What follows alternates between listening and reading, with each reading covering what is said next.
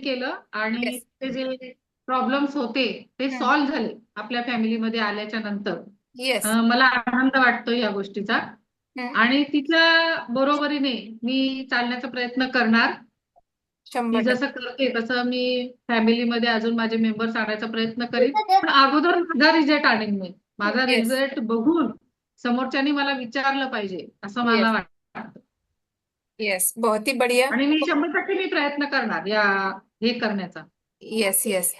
तर आपण उद्या रक्षाबंधन सेलिब्रेट करतोय, बरोबर? ओके. रक्षाबंधनचा अर्थ काय आहे?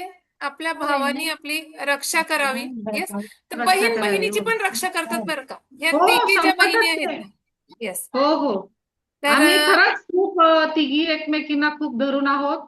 आमचे सगळे प्रॉब्लेम्स एकमेकींना माहिती असतात आणि तिच्यामुळे आम्ही खूप हॅपी असतो. येस. येस. तर तिघी बहिणी मी आपल्या सगळ्यांना दाखवू इच्छिते. येस, रंजना मॅम हाय करा. हाय. येस.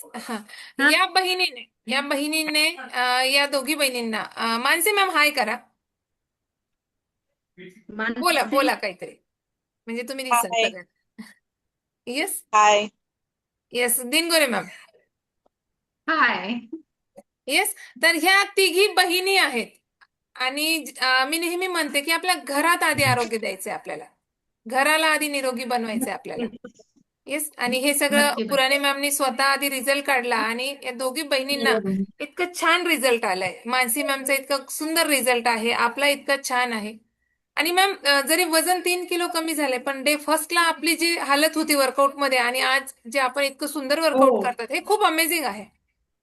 हो हो. मला आता थोडं ते 24 हायड्रेट वगैरे घेतल्यावरती दम वगैरे लागायचा कमी झालाय.